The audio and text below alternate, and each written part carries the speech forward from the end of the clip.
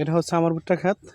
আমি এই জমিতে ভুট্টা চাষ করছি, ভুট্টা লাগাইছি আর ভুট্টা বুনছি।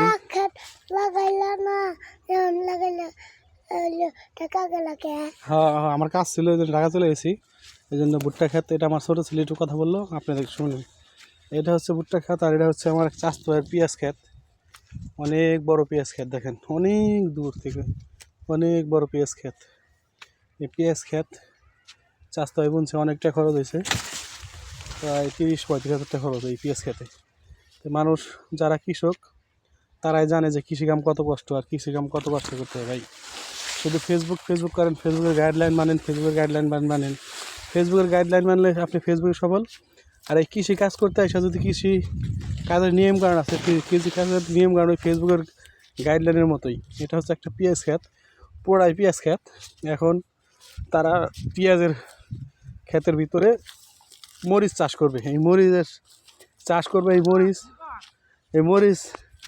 মরিচ ক্ষেত লাগাবে। এই পেঁয়াজের ভিতরে মরিচ গাছ লাগাইব, পেঁয়াজ শেষ হয়ে যাবো, মরিচ গাছ শুরু হয়ে যাবো। অতএব মানে একের ভিতরে 2 বা একের ভিতরে 3 এরকম একটা খেতে 4-5টা ফসল হয়।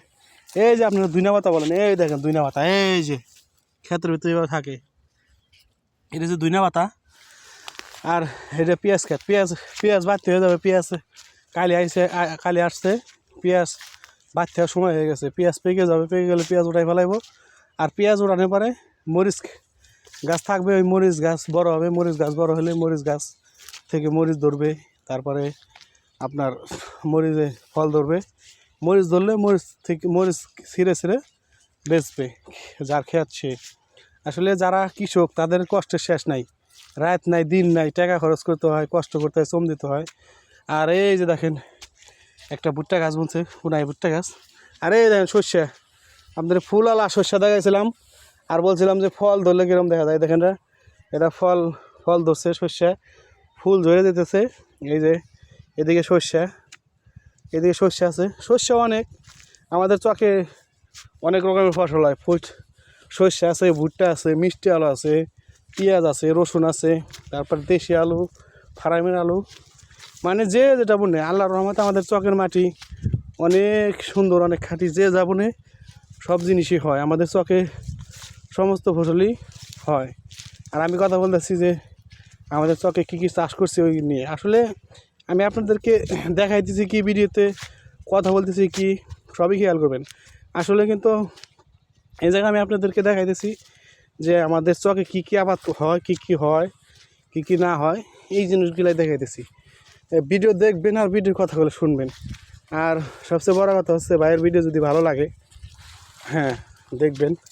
আর যদি এরকম ভিডিও চান আমাকে বলবেন কমেন্টে। আসলে আপনারা বলবেন কমেন্টে, যদি বলেন তাহলে বুঝবো হ্যাঁ আপনাদের কাছে ভিডিও ভালো লাগছে। ভালো লাগার কারণে আপনাকে বলতেছেন, এই জন্য আমি ভিডিও করব, আপনাদেরকে ভিডিও দিব।